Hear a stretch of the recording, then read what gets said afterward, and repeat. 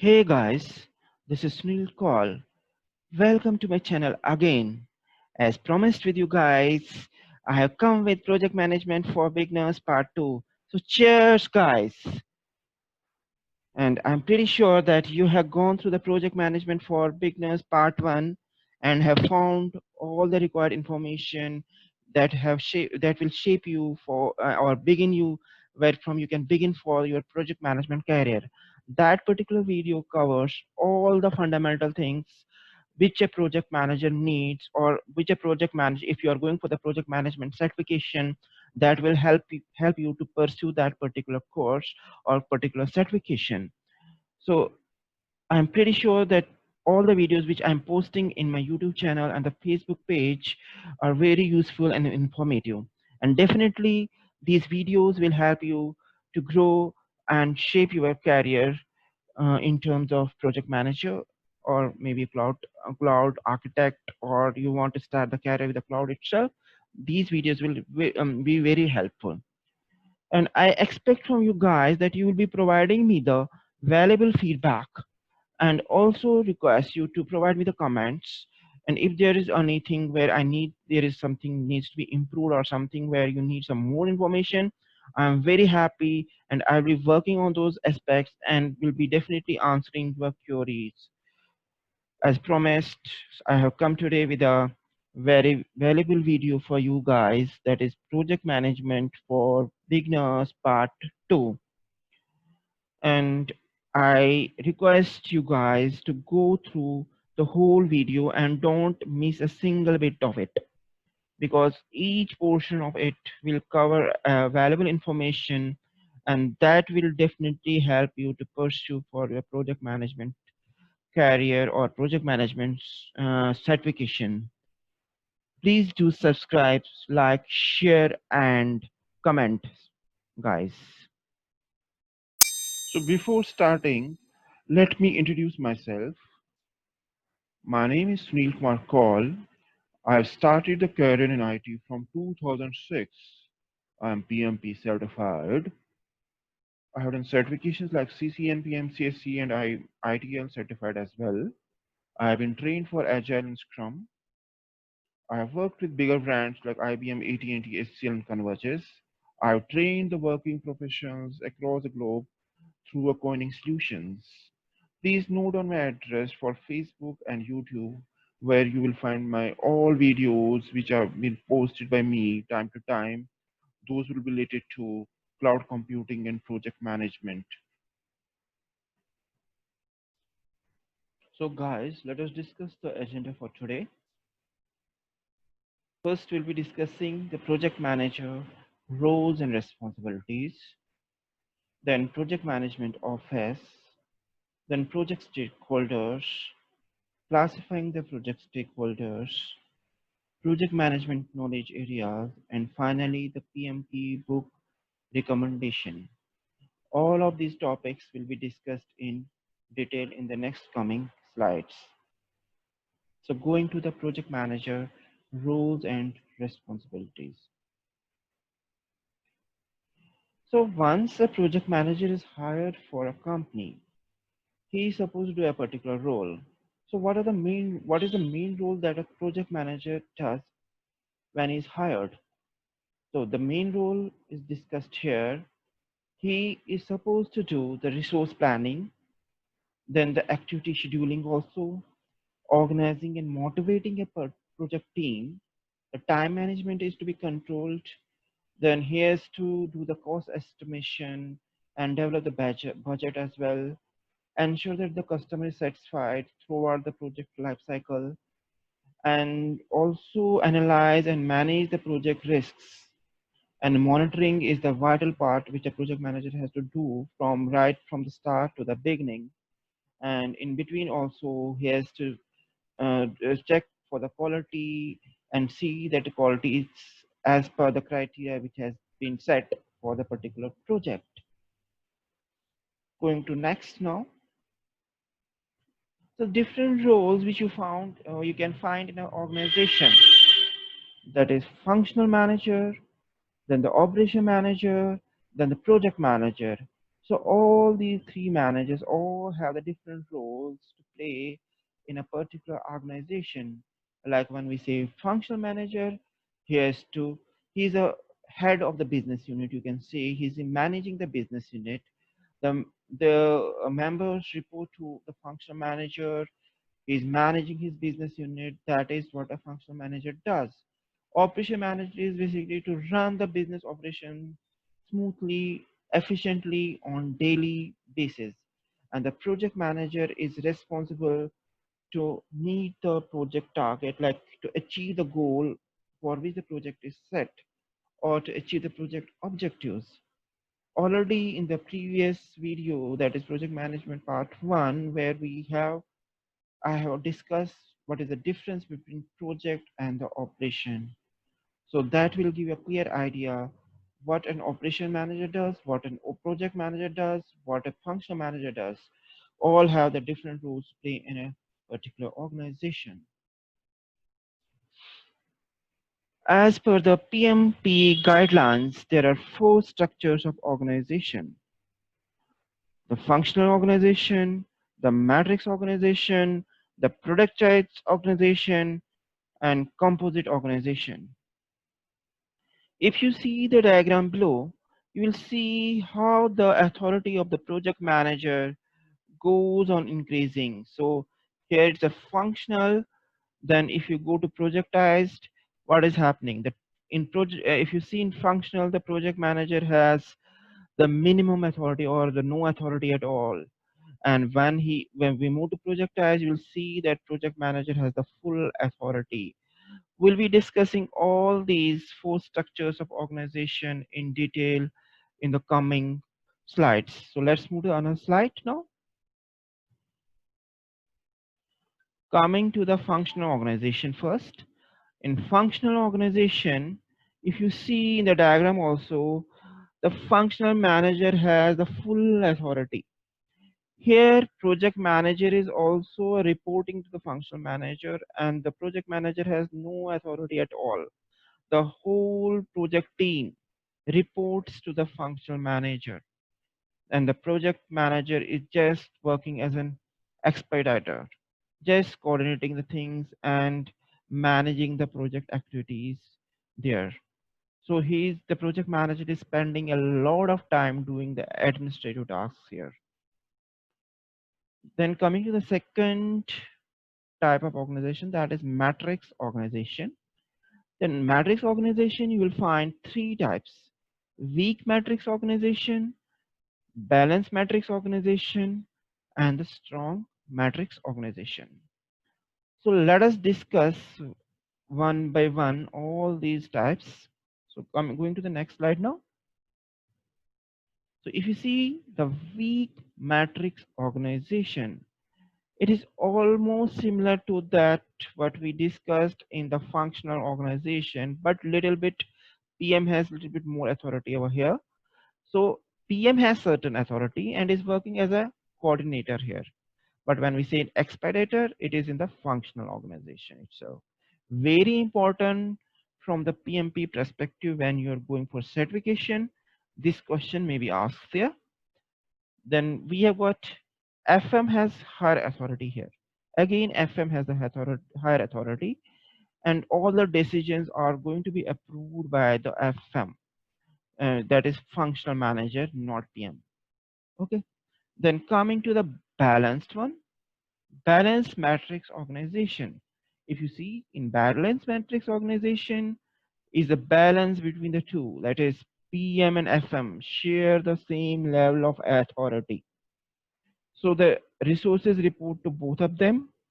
All the people management decisions are to be made by FM, that is functional manager, and the project decisions are to be made by project manager. Coming to the next slide, that is strong matrix organization. Here you see that now the things are moving and shifting towards the PM now, that is project manager. The project manager has higher authority. So project delivery is giving more importance here. more, the resources are dedicated. You cannot say focus more towards the project rather than to the operational or functional activities, but the resources report to both here in this case also. Now coming to the next slide, that is projectized organization. Here, complete authority to the project manager here. Resources are aligned to projects. You see in this picture or in the diagram itself, all the project managers heading their respective projects. And the resources are reporting to the project managers here, and the project managers have the complete control over the project resources. But here the problem is, once the project ends, the resources, the role of the resources also says. So the last one, guys, is composite or hybrid organization. So what it means? So when we see the combination of all the three organization structures, they are combined together basically, and like functional matrix and projectized combined together, they form a composite or hybrid organization. Today's modern organization follow the same structure, and the authority of the project manager changes from project to project here.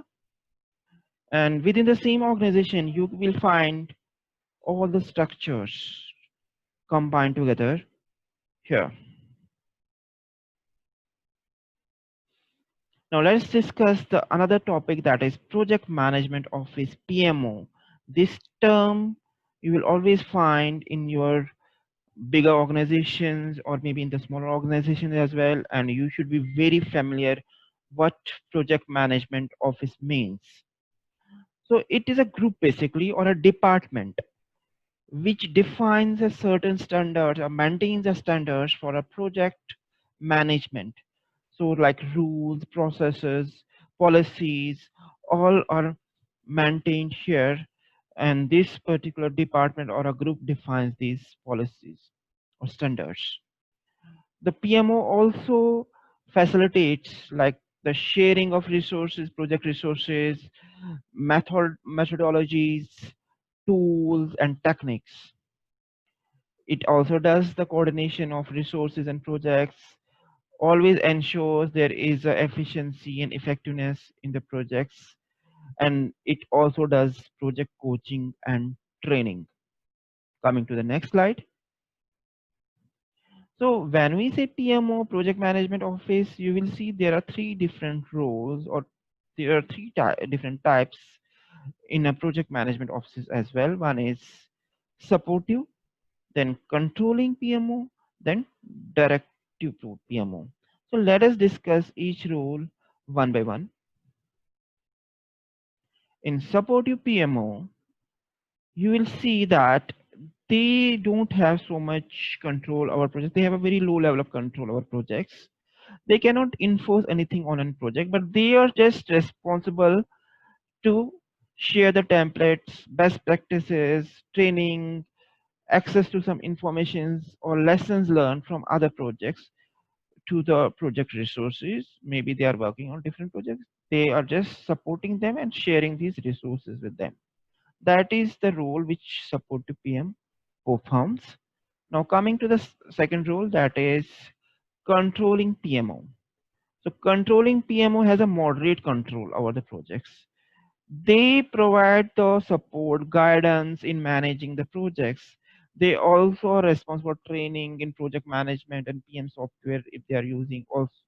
Also they assist the project resources with specific tools if they are required, and they also ensure that that the project management forms certain standard methodologies or frameworks, and they also ensure, or they also make it sure that the project resources are following the complete good governance frameworks. Now coming to the third one, that is directive PMO.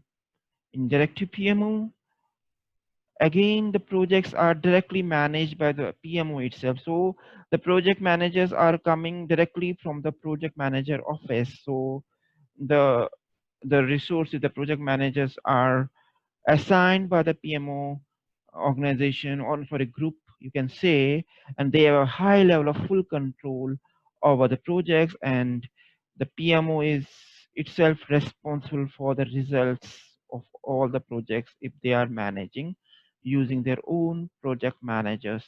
So you will find these three roles in the project management office very important from the project PMP examination perspective as well.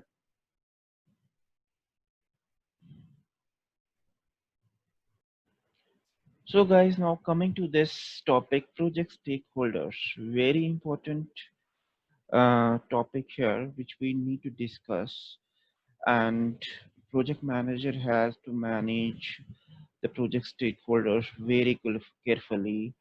These stakeholders are to be identified by the project manager right in the beginning once the project is getting initiated.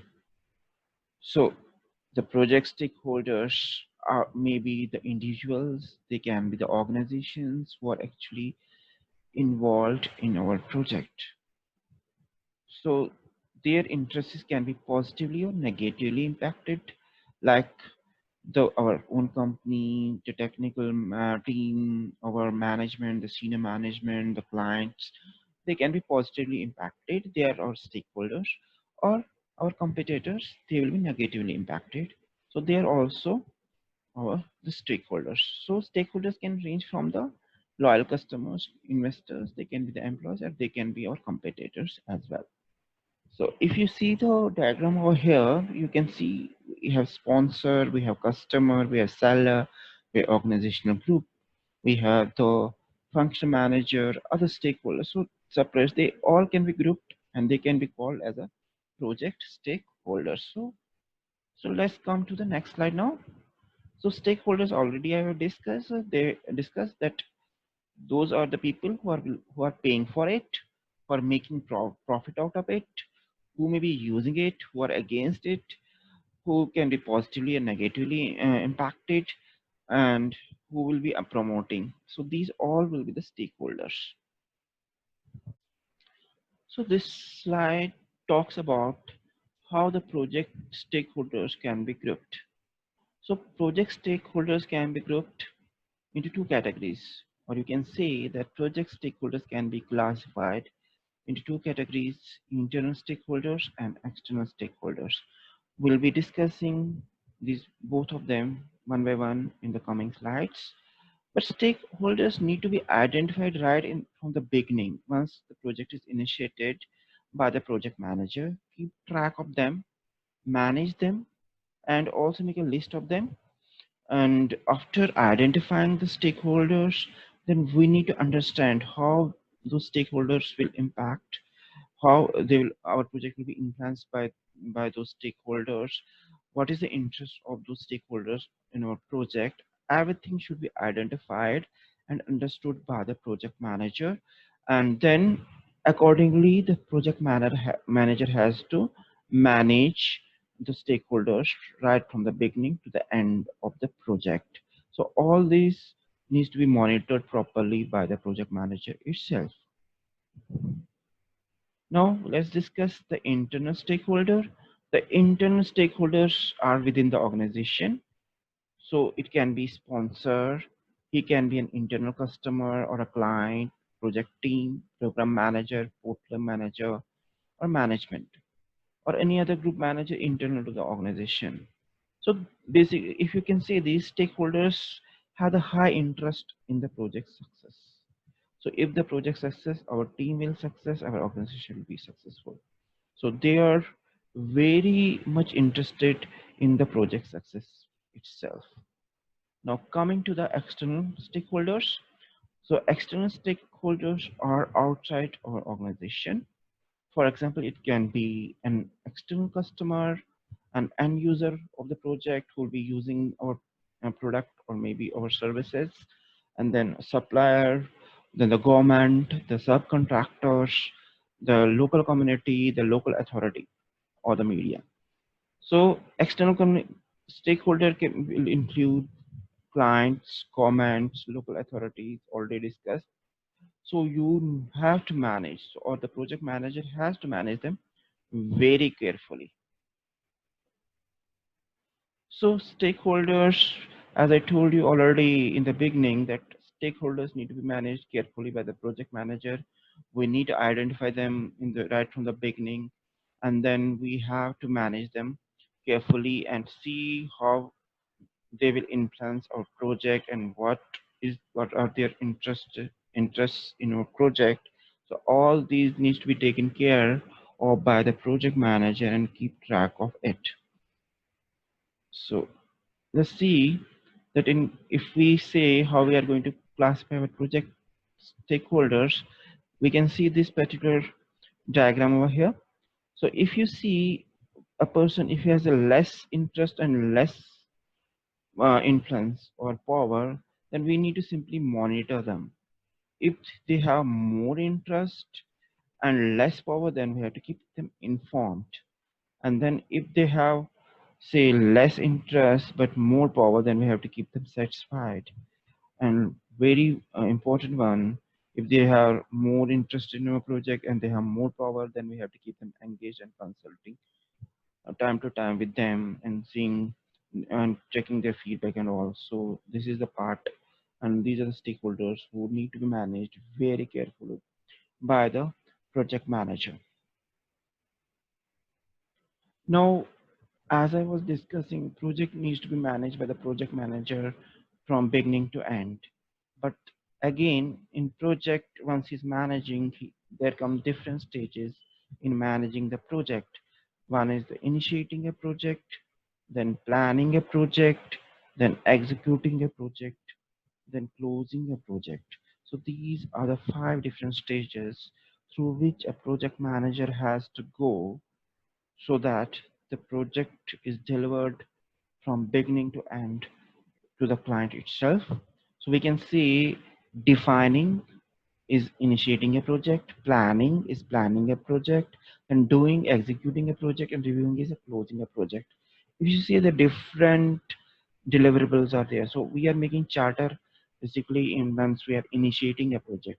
We are creating a project plan once we are planning, and once we are executing, we're actually we're trying to achieve the goal once we are executing our activities, whatever are listed to achieve the goal itself. And once we are closing, we are keeping the track of the lessons. We are just storing those things for the future projects. If any lessons are learned, if any mistake is done, or any risk or issue was faced while executing a project itself, we are just keeping a track of the lessons for the future projects itself. And also there is a stage called monitoring and controlling. This is to be done right from the initiating towards the end. So finally, I can say that there are 5 stages: initiating, planning, executing, closing in the project, and monitoring and controlling goes throughout. So this is the particular diagram, or you can say you just can go through this and you have to just remember these 5 stages itself. Now the next topic, project management knowledge areas. These knowledge areas needs to be studied once we are going for the PMP examination, or even the project manager has to study these areas also, because he needs to deal with them like also in his respective projects from time to time, like integration management, the cost management, HR management, risk management, procurement management, scope management, time management, quality management, communication management, and stakeholder management. All these knowledge areas are very important and needs to be taken care by the project manager itself. So in the next coming slide, we'll be just discussing, I will be briefing about all the key areas which I'm just you're seeing over here. As I was discussing the last slide, the knowledge areas. So let me just brief them here itself. So if we are going to the project life cycle, we have to just first of all, the scope needs to be identified. So what is the scope of the project? What actually stakeholder our client is expecting out of this project? What is the goal of the project? That needs to be identified first. A very, very crucial knowledge area. Then comes the time. Time management. So time management again is a crucial one because we have to create the project schedule, and project schedule can be created only once we have identified the activities and the dependencies there. So once those activities are done, then we can estimate the durations and all. And once the durations are identified, then we can create the project schedule. After the time management, we have to do the cost management as well. We have to check for all the type of costs, whether they are direct costs, whether they are indirect costs. They are related to the quality, they are related to the resources, there are some risks also involved, and the procurement costs and all that needs to be identified also. Then the next one is the quality one. The project manager has to keep the track also that whatever the qualities expected from the product or the service, that should be in line with the stakeholders expectations, not more, not less. It should not be more like a gold plating should not be done because it wastes the time and money. So it should not be less as well. Then comes the human resources. So human resources is also a very important aspect because we have to do the resource management over there. It is a very crucial element for our success of the project and a very challenging one because dealing people management needs a very great deal of interpersonal skills. Then comes the communication management, and communication management is something a project manager needs to take care of because he has to deliver the right information to the right people at the right time. And then the risks are to be identified right from the beginning, the high level risk, and then check what will the mitigation for it, how to avoid them. Everything should be taken care by the project manager itself, and even we need to just see what are the threats, what are the opportunities, and if there are the risks itself. So that needs to be properly addressed and controlled by the project manager. The next comes the procurement part, the procurement management. So procurement management is something a knowledge area where a project manager has to deal with the seller itself. So even if there is a procurement of devices or something, then the seller comes into picture and the project manager has to deal with the seller. That key skill or that skill should be with the project manager itself. And the next one is the stakeholder management, already discussed before. So it is that the project manager has to identify them, manage them, and how and monitor them, and how stakeholders will impact our project. Everything should be taken care by the project manager itself. And finally, the integration. The integration is all the knowledge areas integrated together, right from initiating to the closing of the project or a phase. So coming to the PMP book recommendation. So very important one for the guys who want to take the PMP exam. They may be eager to know which are the good books they can go through so that they can prepare for PMP. So these are the books here which I've actually highlighted here, so they can go through these books. So very good book by Rita Mulchi. They can go through that, and other books here like Head First PMP, a very good book. You can go through these books, and definitely that these books will help you for your examination. So thanks guys for watching this video. I hope this particular video also provided you information you were looking for, and I hope you guys will provide me a very valuable feedback, and I am waiting for your queries, and do comment please, and I will be very glad to answer those queries. Please do subscribe the channel and press the bell icon so that you will get the notification of the new videos. And the next video which will be coming very soon is the top 10 project management interview questions and answers 2020. You will see my lot of informative videos for cloud computing and project on this channel. So please do like, share and subscribe. Thanks for watching guys.